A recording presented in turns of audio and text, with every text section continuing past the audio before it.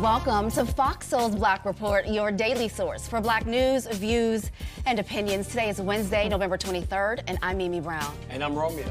I'm Demi Lobo, and we begin today's show with updates on a North Carolina woman who died on a trip with friends to Cabo. A new report about her death is raising eyebrows about just how long she was alive after the incident that killed her.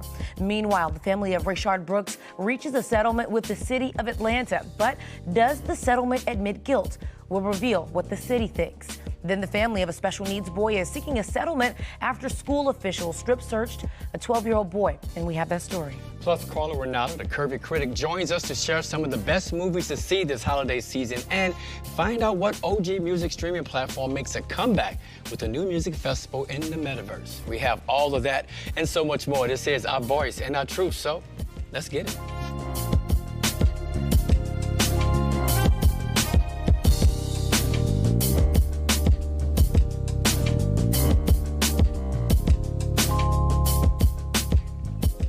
Good evening, and thanks for joining us. We start today with new information on the details of Shanquella Robinson. She's the young woman who died under mysterious circumstances in Mexico. According to police report, Robinson was alive for close to 3 hours after her injury. Now, this new report contradicts her death certificate, which says she died within 15 minutes of being injured. The police report also says a local doctor was with her in the house for almost 3 hours before she passed away. Her mother says her daughter's friends initially said the 25-year-old died from alcohol poisoning, but the autopsy reveals she had a broken neck and suffered spinal cord injuries. A disturbing video has been circulating the internet showing her so-called friends attacking her on vacation. Robinson's mother also says she does not believe the death of her daughter would have gotten as much attention as it had it not been for Black social media users highlighting the case.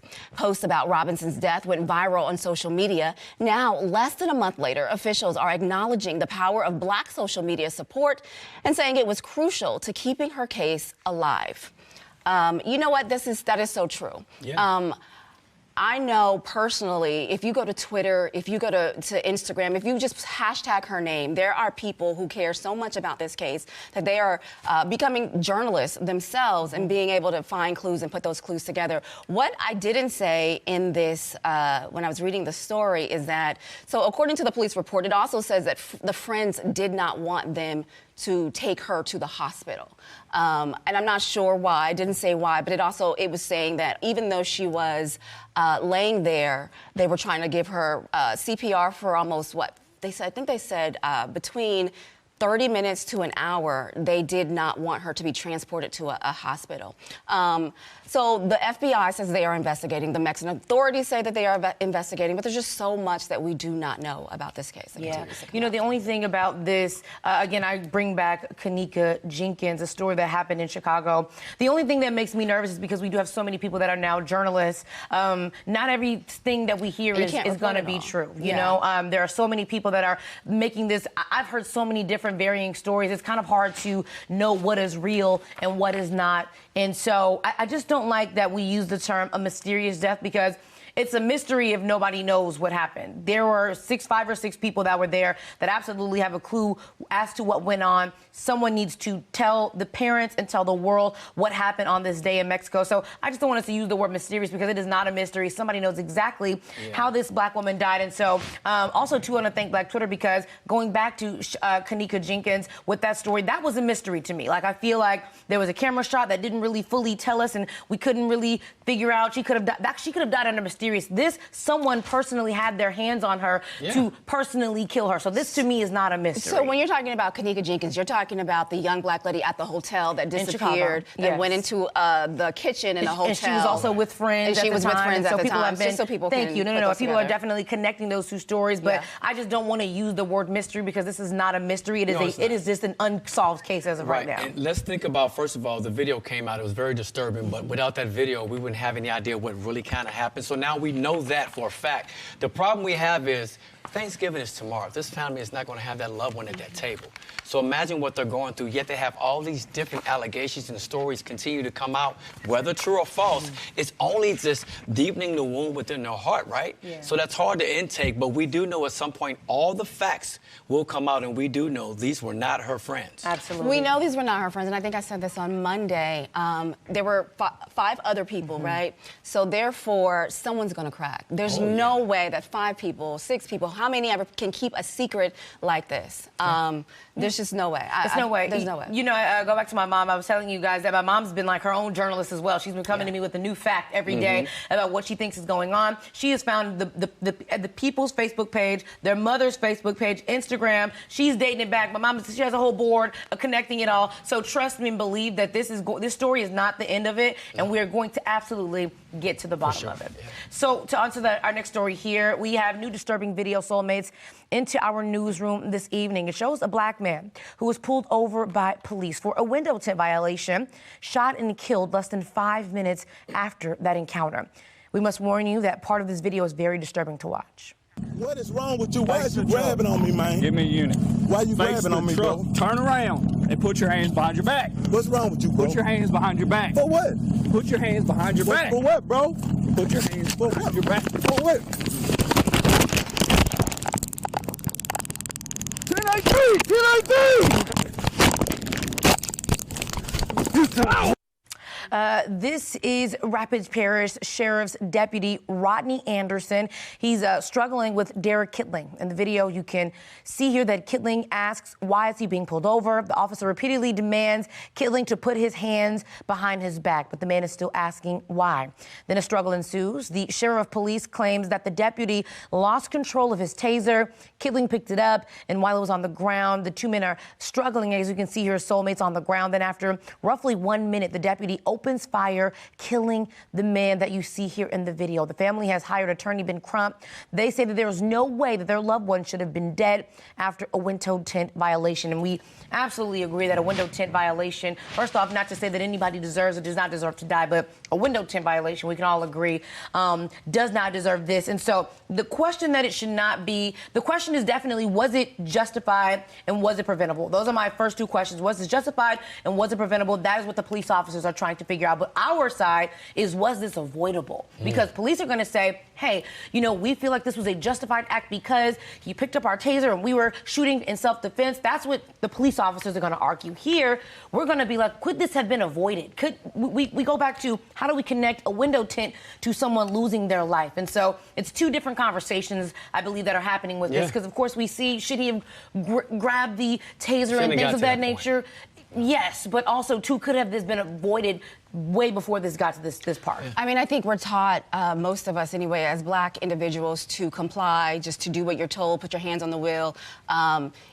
This man obviously wanted to know why, and he was you know, and we don't know what happens in this town. If this was the 4th or 5th, we don't have the backstory on that, but he deserved to know why. He deserved, I mean, I think sometimes we as black people, we don't ask those questions because it could result in us losing our lives. Exactly. But with that being said, it should not result in us losing our lives. But the fact that we see, you know, this happens way too often, and I think this man, sorry to his family, he definitely needed answers. He didn't get them, but he needed them. He did, and you think about this. I have friends who are police officers, so we have conversations, I feel like, weekly, because what happens to people of color all the time. And I said, in this situation, what do you do? He said, well, first thing first, if you pull someone over, you check their plates, you check their history, right? You check their license, if you can, but it shouldn't have got to the point where you're pulling a taser out because of tinted windows. So again, here's a little frustration that could have came from the man that had been pulled over saying, why are you harassing me? To the police officer having a bad day, but none of it equals up to someone dying. And this is what continues to happen year after year, month after month. So how do we fix this is a question that we still haven't answered yet. But was he under arrest? That's the question. Was he under arrest? So why was he being asked to put his hands behind his back? Right. And how did it escalate from a simple violation, because for me, if you're pulling me over for my windows being too dark, isn't that a ticket? Yeah. Why am I getting out of my car? Why are you just not writing me a ticket? If I run your plates and it says you have history of not fixing that tinted window, then I may just write you a ticket. If not, I'm going to give you a warning and let you go about your day. It's as simple as that. There's a lot of bad crime that's happening around us. There's just so many factors that are unknown here. How did we even get here? You know, and I think that is going to be hard for us to find out, because in this particular situation,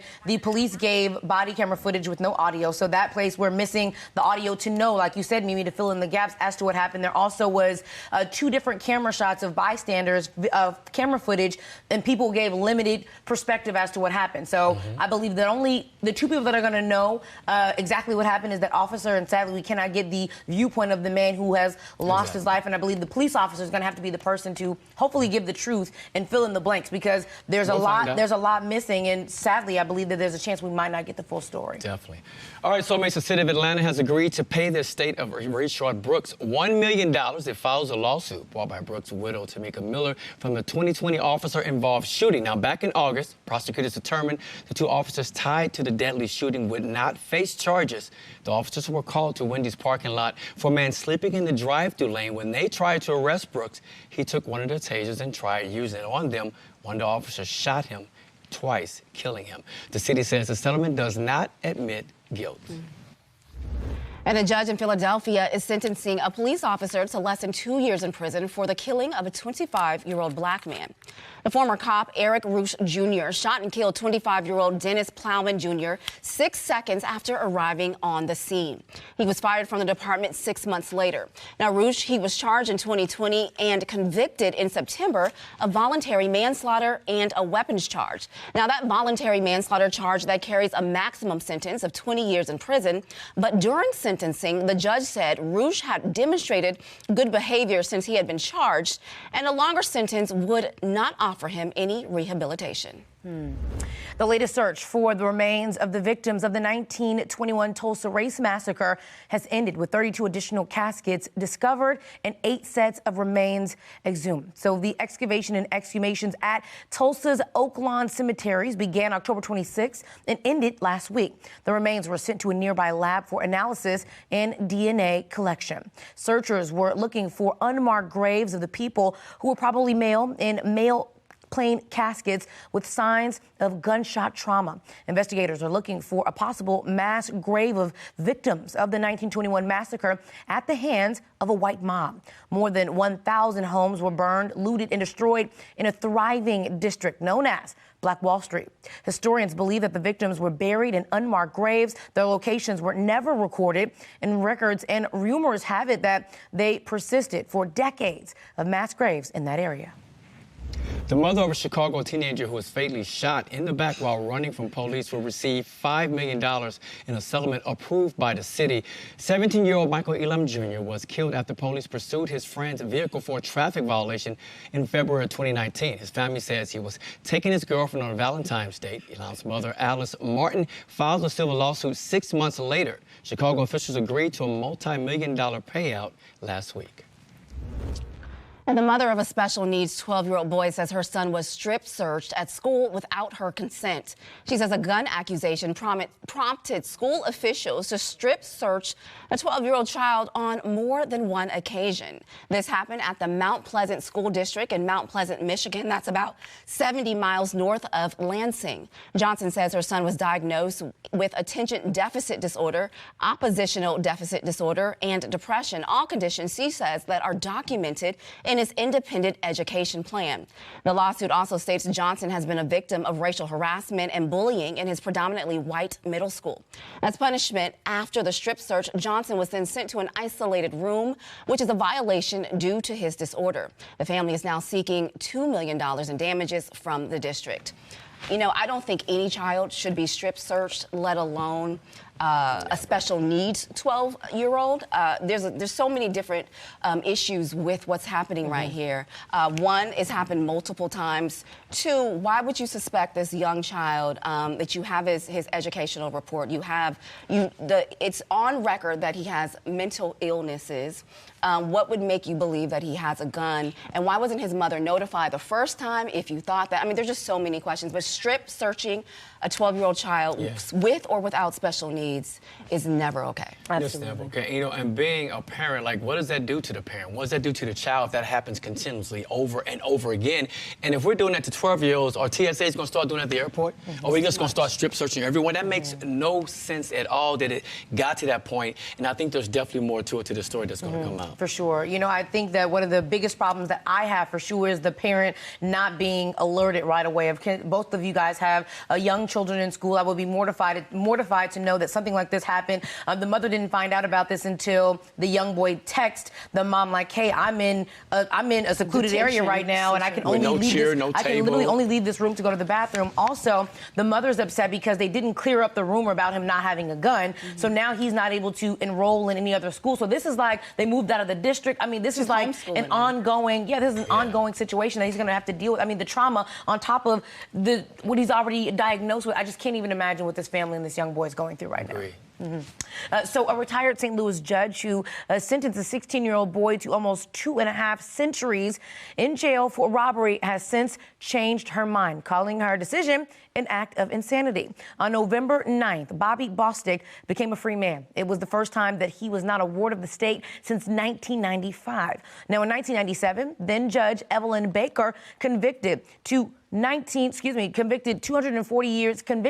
240 years in prison on 18 counts of being an accomplice in 2 armed robberies. Under her sentencing, that would not have been eligible for parole until he turned about 112 years old. After leaving the bench, the former judge dedicated her time to helping the now 43-year-old man get paroled just in time for the holidays. And we love a story like this, being able to, it would be great to be removed from this situation, of course, from jail, but in time for the holidays, for your family to be able to see that smile, not have to see you behind a glass or talk to you behind uncomfortable situations. This is just absolutely beautiful. And I really love that the judge said, I'm going to spend my time making sure that this person is free. I think this is an absolute great story. Okay. It's not a bad story, right? It has a happy ending. But when we think about it, he was 16 years old, and she sentenced a 16-year-old to 241 years. There's something wrong with that in the first place. And so I don't know if I feel like I want to say, I'm happy that she came. I am happy that she came to her senses. But sentencing a child to 241 years is just overkill. It's too much. She called it insanity. She said she thought about it for a while, and she was wrong. But just to have that much power and to be able to do that to a child, and then now, he's lost, 30-something years of his life for something that he did at 16. I don't know. It's a small win. That's what I like to call it. Definitely it's a small win. But if you think about it, at the end of the day, all those years for a 16-year-old, so many times this system puts young black men behind bars and they never get a chance to get out. So the fact that he's getting that chance, that's a great thing, because so many police officers and judges probably would not go back and try and change what they put on the books for this man. So we do applaud him for that. I understand what you're saying, Mimi, because and I hope that people don't get upset at my viewpoint for this, but I do feel like this, I don't know what 40, I'm trying to see what 43 minus 16 is, how many years ago. So that was, like you said, however many years ago. 27 years. That was, I feel like this should be looked at as a win. To me, I feel like times were different at that time. I believe that it is a small win, because I feel like if this was in 2020, the last 10 years, and maybe we could look at this and be like, wow, I can't believe this. But times were different. Times were different back. I don't know if I feel like that. I mean, because I'm looking, this is not some judge who is this old white man. This was a black woman who sentenced him to these years. And if you read what she said, the neighborhood was bad, things were happening in the neighborhood, and she felt that she needed to make a stand or take a stand. I know that era back in the day, there was, the Clinton era, and a lot of things were happening, and Super Predator and all those things were happening, and people were probably influenced, judges, lawyers, everyone, by their decisions.